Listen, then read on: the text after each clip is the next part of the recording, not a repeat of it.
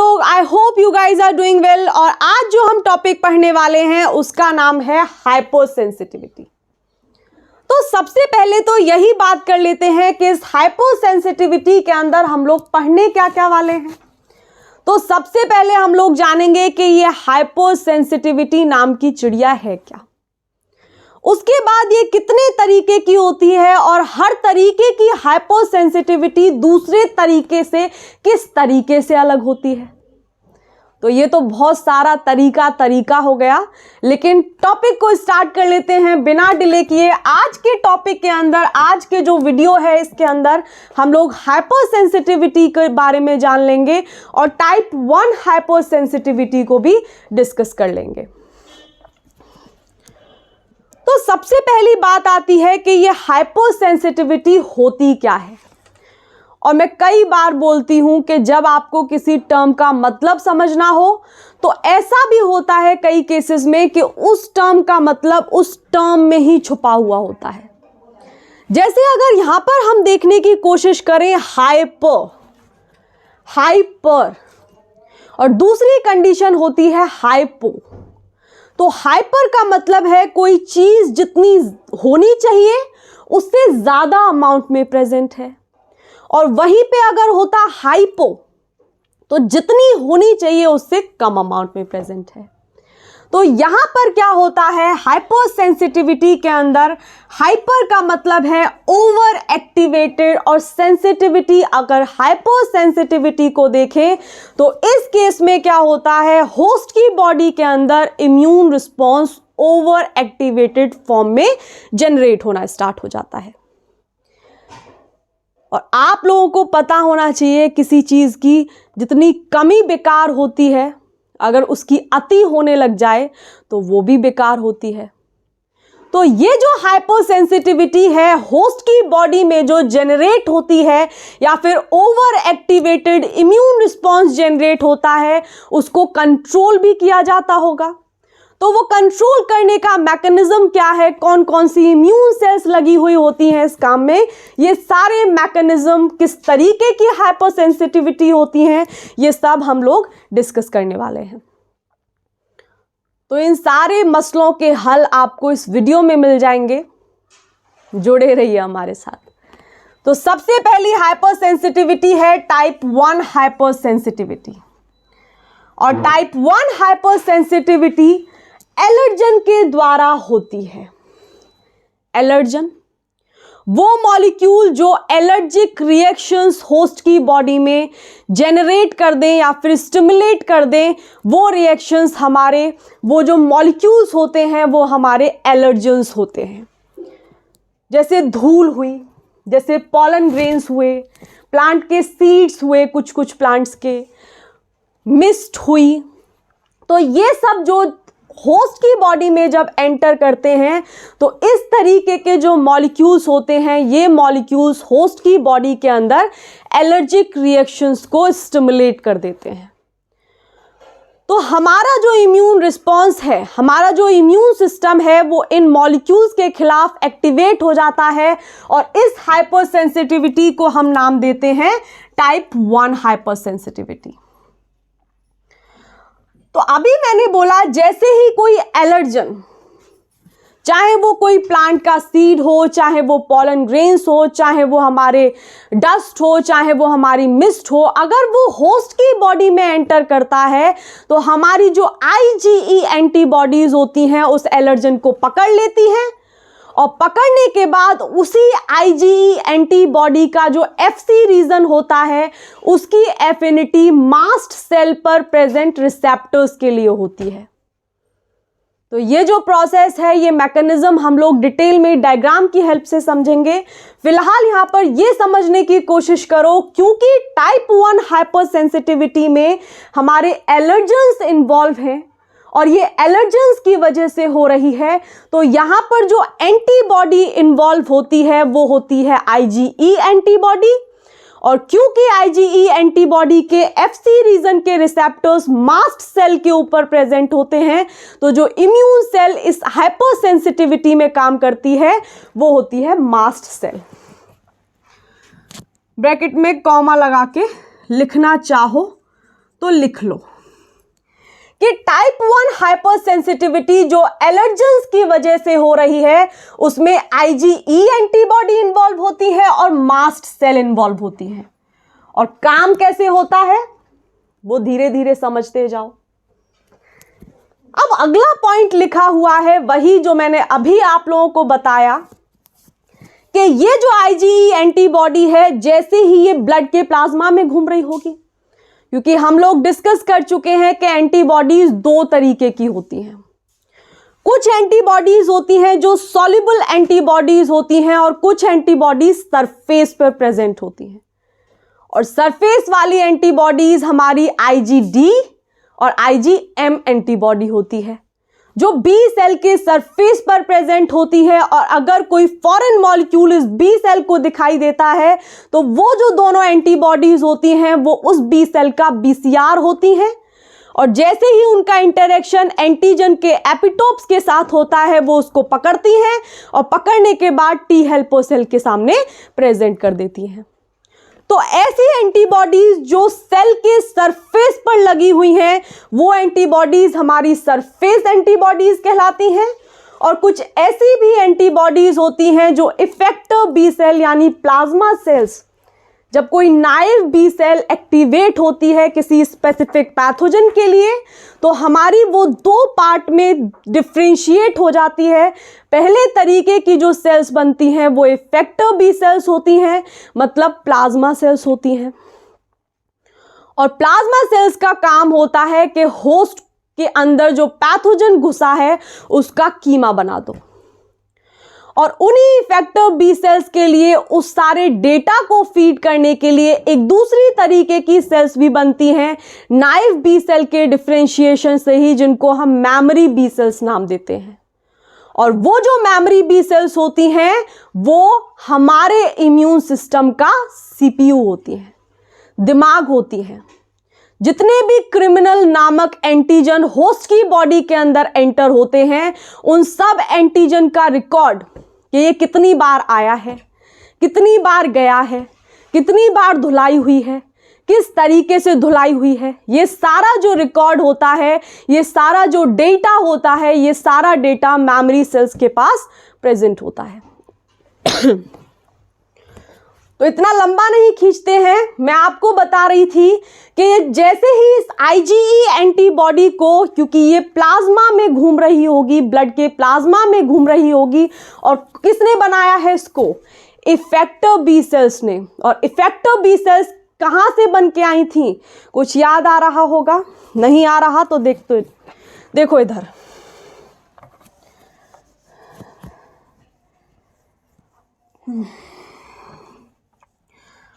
I hope आप लोगों को समझने में आ रहा है। अगर फिर भी आप लोगों की कुछ क्वेरीज रह जाती हैं तो आप लोग मुझे मेरी मेल ID पर मेल कर सकते हैं, हम लोग वहाँ डिस्कस कर सकते हैं। आप लोग मुझे कमेंट में पूछ सकते हैं, मैं आपकी कमेंट का रिप्लाई कर दूंगी। तो मैं क्या बोल रही थी कि दो तरीके की एंटीबॉडीज होती हैं। मान लो ये हमारी बी सेल है और इस बी सेल के सरफेस पर हमको पता है जब ये बी सेल पूरे तरीके से मैच्योर हो जाती है तो दो एंटीबॉडीज प्रेजेंट हो जाती हैं जिनका नाम होता है IgM और IgD। और यही दोनों एंटीबॉडीज मिल करके इस बी सेल का BCR बना देती हैं, मतलब बी सेल रिसेप्टर। तो जब ये बी सेल होस्ट की बॉडी के अंदर घूम रही है ब्लड के प्लाज्मा में, और जैसे ही इसको कोई फॉरेन मॉलिक्यूल नजर आता है वैसे ही ये बी सेल का जो IgM एंटीबॉडी, जो सरफेस एंटीबॉडी है, इसके जो पैराटोप्स होंगे उस एंटीजन के एपिटोप से जाकर के इंटरेक्ट कर लेंगे। और ऐसा हो क्यों पा रहा है? क्योंकि डेवलपमेंट के टाइम पे जितनी भी बी सेल्स होती हैं और टी सेल्स होती हैं उनको ये दिखाया जाता है कि हमारे होस्ट के प्रोटीन्स कौन से हैं, हमारे सेल्फ एंटीजन्स कौन से हैं, उनके सीक्वेंसेस क्या हैं। तो जब इस बी सेल को कोई ऐसा प्रोटीन नजर आएगा जिसके सीक्वेंसेस हमारे होस्ट के प्रोटीन के सीक्वेंसेस से मैच नहीं होते तो क्या होगा, ये बी सेल का IgM एंटीबॉडी जो सरफेस एंटीबॉडी है, इसके पैराटोप्स उस एंटीजन के एपिटोप्स को पकड़ लेंगे और जैसे ही ये पकड़ा पकड़ी खत्म होगी वैसे ही ये जो हमारी बी सेल है इसका एक्टिवेशन हो जाएगा और ये डिफरेंशिएट हो जाएगी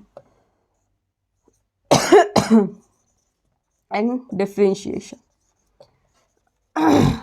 और ये दो तरीके की फर्दर सेल बनाती है। पहली हमारी इफेक्टिव बी सेल जिनको हम प्लाज्मा सेल्स भी नाम देते हैं और दूसरी सेल्स होती हैं मेमोरी सेल्स, पैथोजन की याद में बनती हैं ये। तो ये जो इफेक्टिव बी सेल्स होती हैं ये एंटीबॉडीज को सिक्रीट करती हैं और जो इफेक्टिव बी सेल्स के द्वारा एंटीबॉडीज सिक्रीट होती हैं वो होस्ट के ब्लड के प्लाज्मा के अंदर होती हैं। तो अब आपको दो चीजें यहां पर देखने मिल रही होंगी कि एंटीबॉडीज दो तरीके की होती हैं। कुछ एंटीबॉडीज वो जो इम्यून सेल के सरफेस पर प्रेजेंट होती हैं, जैसे यहां पर दो एंटीबॉडीज नजर आ रही हैं, IgM एंटीबॉडी और दूसरी IgD एंटीबॉडी। और वो पांचों तरीके की antibody IgM, IgD, IgE, IgA, ये पांचों की पांचों एंटीबॉडीज इफेक्टिव बी सेल्स बनाती हैं और उनको ब्लड के प्लाज्मा के अंदर सिक्रीट कर देती हैं। तो इस तरीके की एंटीबॉडीज जो ब्लड के प्लाज्मा में सिक्रीट होती हैं ये कहलाती हैं सॉल्युबल एंटीबॉडीज। तो अगला पॉइंट इसी से रिलेटेड है और वो क्या है कि जो एंटीबॉडीज होंगी, इधर देखो,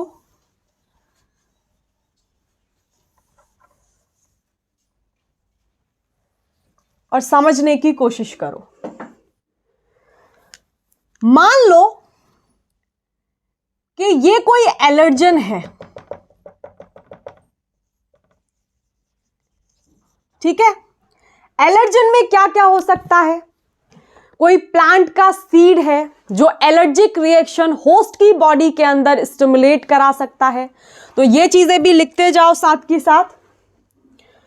एलर्जन है, एलर्जन में क्या क्या हो सकता है? डस्ट लिख लो, मिस्ट हो सकती है, पॉलन ग्रेन्स हो सकते हैं,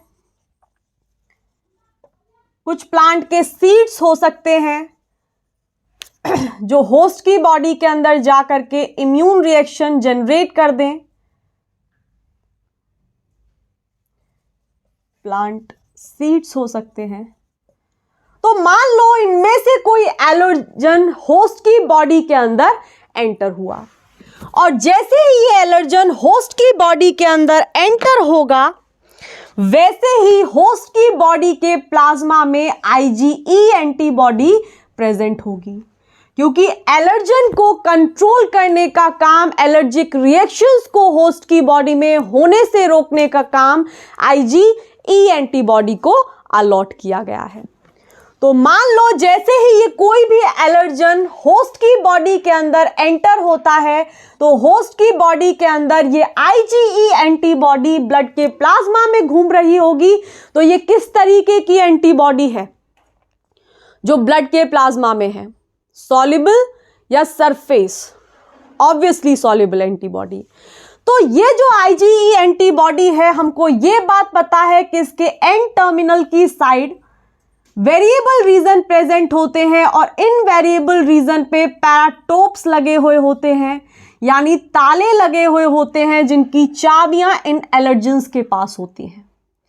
तो जैसे ही इस IgE एंटीबॉडी के एंड टर्मिनल पर लोकेटेड ये पैराटोप्स का इंटरेक्शन एंटीजन के एलर्जन के एपिटोप्स के साथ होगा, वैसे ही ये जो IgE एंटीबॉडी है ये एक्टिवेट हो जाएगी और एक्टिवेट होने के बाद ये स्पेसिफिक तरीके की एक सेल होती है, इम्यून सेल होती है जिसका नाम है मास्ट सेल।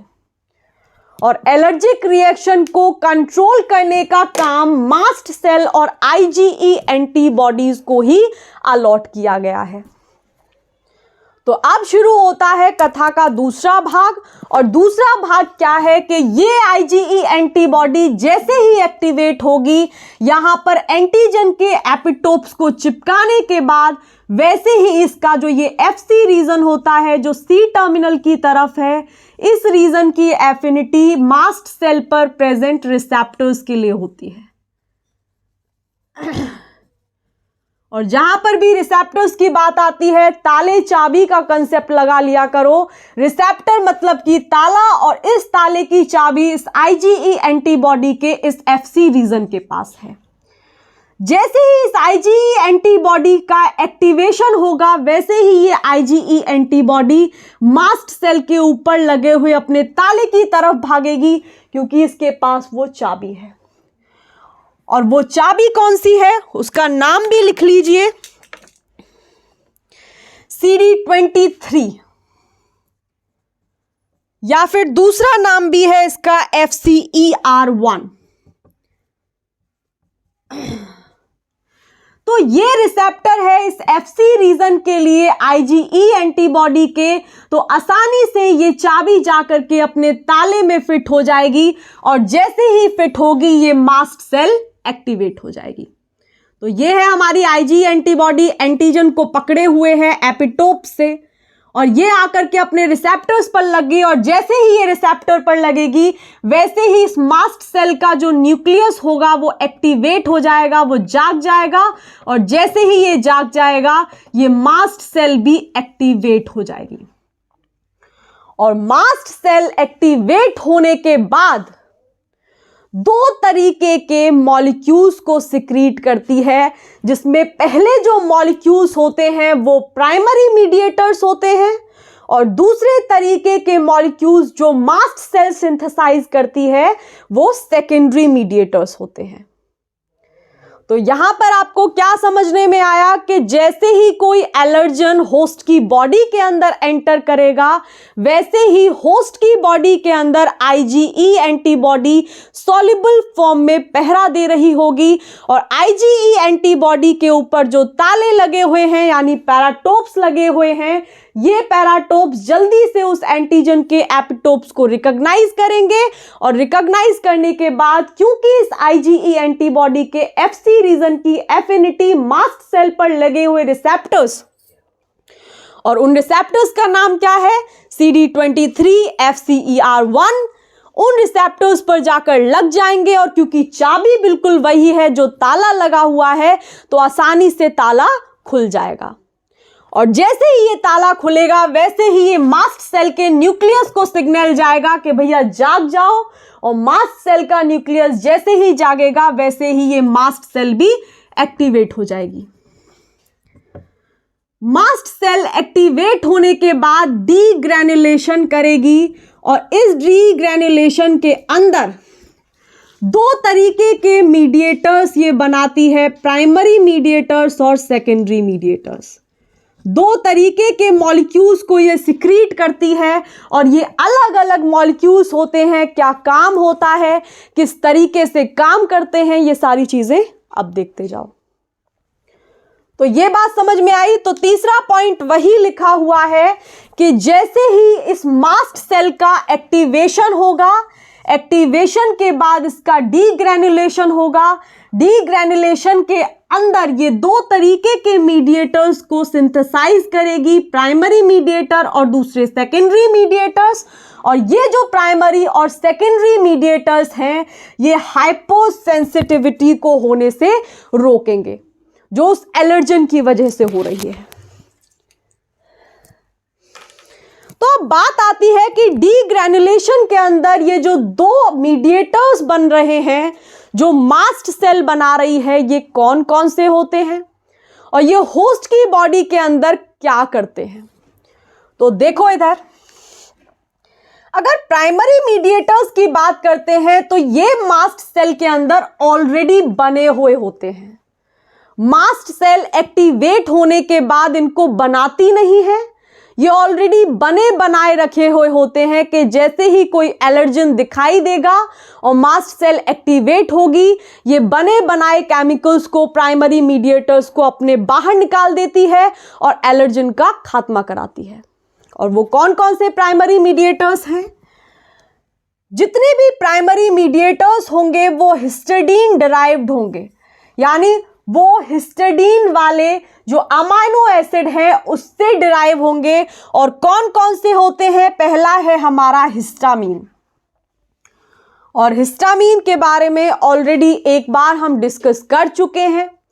दोबारा देखो, ये जो प्राइमरी मीडिएटर हिस्टामीन है, ये जैसे ही ये मास्ट सेल इसको डीग्रैनुलेट करके सिंथेसाइज करेगी, सिंथेसाइज नहीं, इसको बाहर फेंकेगी, तो ये जाकर के स्मूथ मसल कॉन्ट्रैक्शन को प्रमोट करेगा और वैस्कुलर परमिएबिलिटी को भी बढ़ाएगा।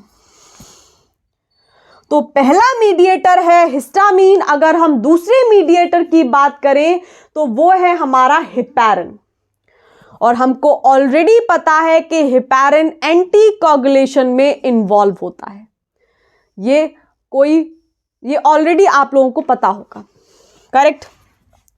वहीं अगर तीसरे मीडिएटर की बात करें तो एनसीएफ होता है और ईसीएफ होता है। ये जो एनसीएफ है ये हमारा न्यूट्रोफिल्स को उस जगह पर रिक्रूट करा देंगे और ये ईसीएफ जो होंगे ये ओसिनोफिल्स सेल्स को, और ये दोनों ही सेल्स हम लोग ग्रैनुलोसाइट्स पढ़ते वक्त डिस्कस कर चुके थे।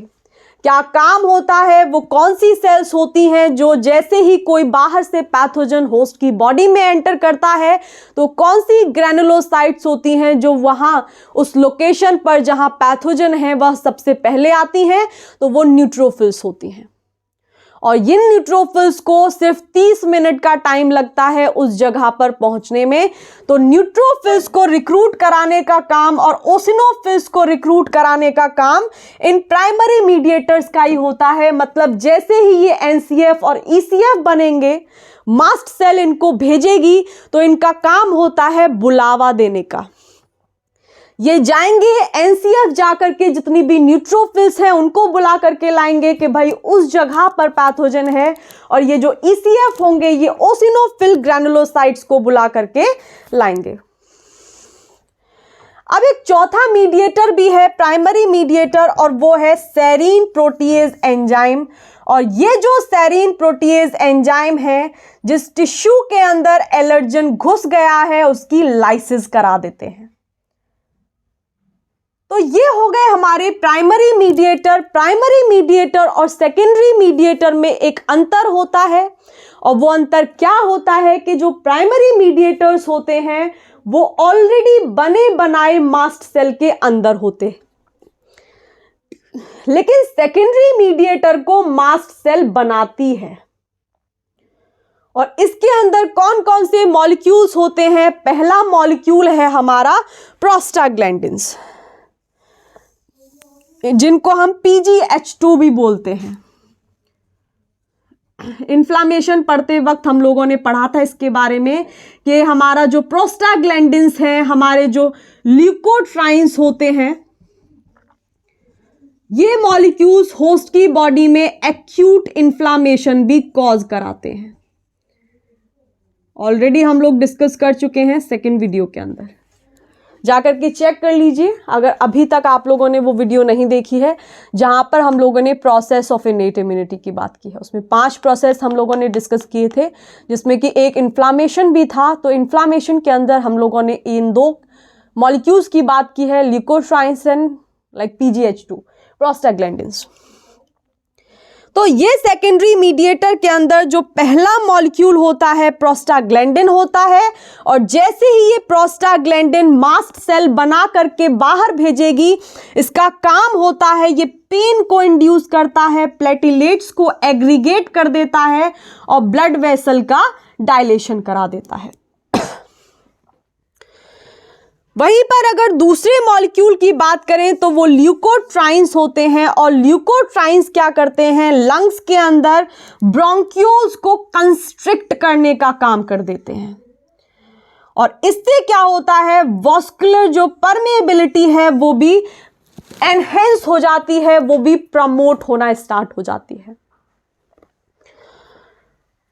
तो वहीं पर अगर हम अगले मीडिएटर की बात करें, सेकेंडरी मीडिएटर की, तो एक मॉलिक्यूल होता है जिसका नाम है ब्रेडिकाइनिन।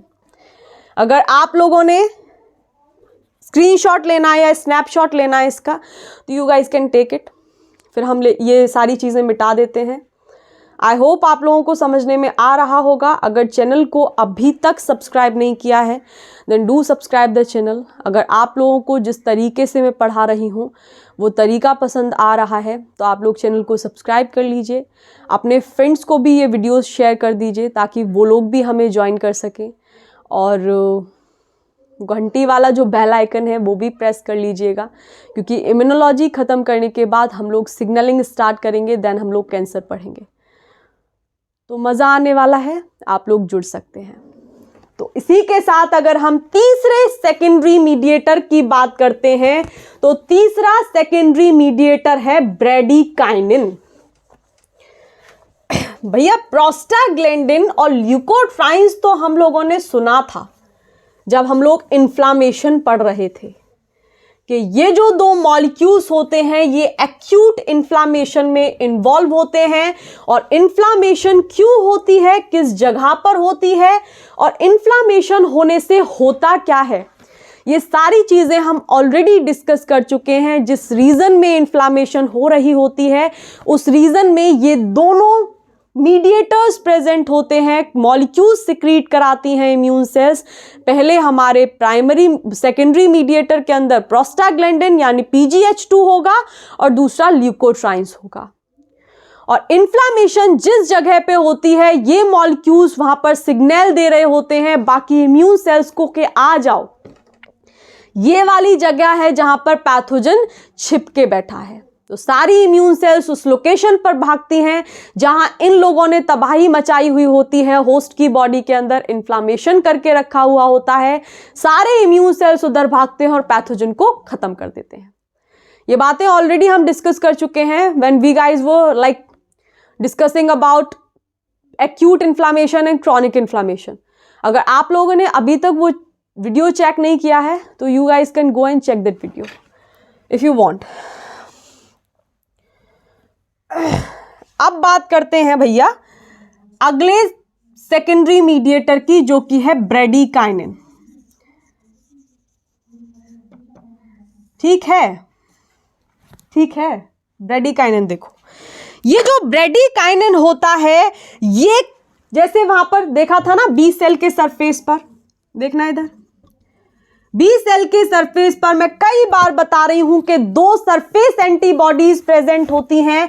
और ये जो दो सरफेस एंटीबॉडीज होती हैं उनमें पहली हमारी IgM होती है और दूसरी होती है IgD। और जब ये बी सेल प्रॉपर तरीके से मैच्योर हो जाती है तो मैच्योर होने के बाद इसके सरफेस पर ये दोनों एंटीबॉडीज आ जाती हैं और ये मिल करके इसके BCR को बनाती हैं, बी सेल रिसेप्टर। रिसेप्टर मतलब जो चाबी को पकड़ेगा। तो मैं पहले भी बता चुकी हूं कि काम जो करती है वो IgM एंटीबॉडी करती है और सिर्फ IgD का काम होता है सपोर्ट करना। यानी IgM के जो पैराटोप्स हैं मतलब जो ताले हैं वो एंटीजन के एपिटोप्स मतलब चाबियों से जाकर के इंटरेक्ट हो जाएं, इस बात की जो पुष्टि करती है वो करती है हमारी IgD एंटीबॉडी। उसी तरीके से ये जो ब्रेडिकाइनिन है ये ब्रेडिकाइनिन का अपना कोई काम नहीं है, ये सिर्फ इन पहले सेकेंडरी मीडिएटर्स जो कि प्रोस्टाग्लैंडिन्स हैं इनके सिंथेसिस को इंड्यूस करते हैं। ठीक है, यानी प्रोस्टाग्लैंडिन के ये सहयोगी हैं, उनके जानने वाले हैं। तो ब्रेडिकाइनिन क्या करते हैं, ये इंड्यूस करते हैं PGH2। PGH2 मतलब प्रोस्टाग्लैंडिन की सिंथेसिस को। तो ये हो गया हमारा तीसरा सेकेंडरी मीडिएटर। अगर चौथे सेकेंडरी मीडिएटर की बात करें तो वो है हमारा प्लेटिलेट एक्टिवेटिंग फैक्टर यानी PAF। और कुछ नाम भी दिखा रहा है तुमको, नाम में छिपा होता है करने वाले का काम। तो नाम क्या दिखा रहा है कि ये जो प्लेटिलेट एग्रीगेटिंग फैक्टर्स होते हैं या प्लेटिलेट्स एक्टिवेटिंग फैक्टर्स होते हैं, ये हमारी प्लेटिलेट्स को एग्रीगेट करने का काम करते हैं उस जगह पर जहां पर एलर्जन प्रेजेंट है। एक और सेकेंडरी मीडिएटर बचता है 5वें नंबर का, जिसका नाम है साइटोकाइंस। और साइटोकाइंस में कई दफे आपको बता चुकी हूं कि ये छोटे छोटे से सिग्नलिंग मॉलिक्यूल्स होते हैं जो बड़े बड़े पाथवे को रेगुलेट करते हैं। सिग्नलिंग पढ़ने वाले हैं 3-4 दिन के बाद ही, तब आप लोगों को समझने में आएगा कि ये जो साइटोकाइंस होते हैं, इतने छोटे छोटे सिग्नलिंग मॉलिक्यूल कैसे अपोप्टोसिस करा देते हैं, कैसे मेटाबॉलिज्म को एक्टिवेट करा देते हैं या फिर उसको डाउन रेगुलेट करा देते हैं। तो ये सारी चीजें हम लोग सिग्नलिंग के अंदर डिस्कस करेंगे, लेकिन यहां पर हाइपोसेंसिटिविटी टाइप 1 के अंदर ये सेकेंडरी मीडिएटर्स यानी मास्ट सेल भी इनको बनाती हैं, कुछ साइटोकाइंस को बनाती हैं। और वो कौन कौन से साइटोकाइंस हैं हमारे? पहला TNF अल्फा और दूसरा है IL-1 बीटा। और इनका काम क्या होता है ये सिग्नलिंग में देखेंगे। TNF अल्फा मतलब ट्यूमर नेक्रोसिस फैक्टर, ठीक है। तो ये हो गए हमारे प्राइमरी मीडिएटर्स और सेकेंडरी मीडिएटर्स। प्राइमरी मीडिएटर्स के अंदर हम लोगों ने 5 मॉलिक्यूल्स को डिस्कस किया, जिसमें एक एंजाइम भी था सेरीन प्रोटीएज करके, जो कि उस टिश्यू की लाइसिस करा देता है जिसमें एलर्जन प्रेजेंट होता है। उससे पहले भी हमने कुछ मॉलिक्यूल्स देखे थे प्राइमरी मीडिएटर्स के अंदर, और वो कौन कौन से थे? हिस्टामीन था, हेपेरिन था, NCF था, ECF था। और ये सारे के सारे मॉलिक्यूल्स जो प्राइमरी मीडिएटर्स होते हैं, ये एक स्पेसिफिक अमाइनो एसिड से डिराइव्ड होते हैं। और वो कौन सा अमाइनो एसिड है मेरे को कमेंट में बताओ, थोड़ी देर पहले ही डिस्कस किए हैं हम लोग। वहीं पे अगर हम इन मास्ट सेल का दूसरे मीडिएटर्स की बात करें, तो वो मास्ट सेल बनाती है खुद से, वो ऑलरेडी बनी बनाई खिचड़ी नहीं रखी होती। और वो कौन कौन से हैं? प्रोस्टाग्लैंडिन्स होते हैं, ब्रेडिकाइनिन होते हैं, ल्यूकोट्राइन्स होते हैं, है ना। और हमारे कुछ साइटोकाइंस यानी सिग्नलिंग मॉलिक्यूल्स भी होते हैं, कुछ प्लेटिलेट्स के एक्टिवेटिंग फैक्टर्स भी होते हैं जो प्लेटिलेट्स को बुला करके लाते हैं उस जगह पे जहां पे एलर्जन प्रेजेंट है। तो इस तरीके से टाइप 1 हाइपोसेंसिटिविटी खत्म होती है। इसमें एक और चीज है जो आप लोगों को पता होनी चाहिए कि ये जो हमारा मास्ट सेल है,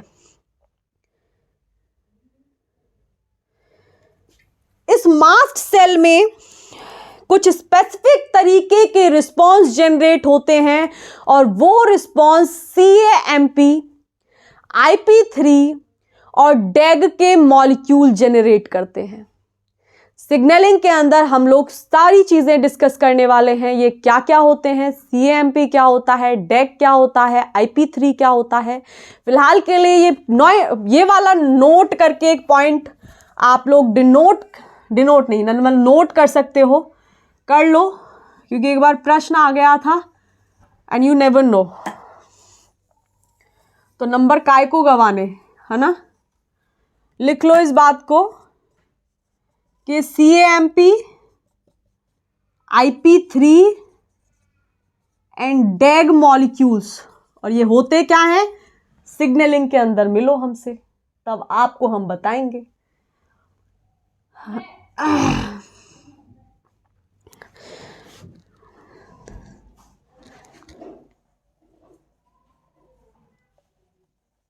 इनसे मीडिएटेड रिस्पॉन्स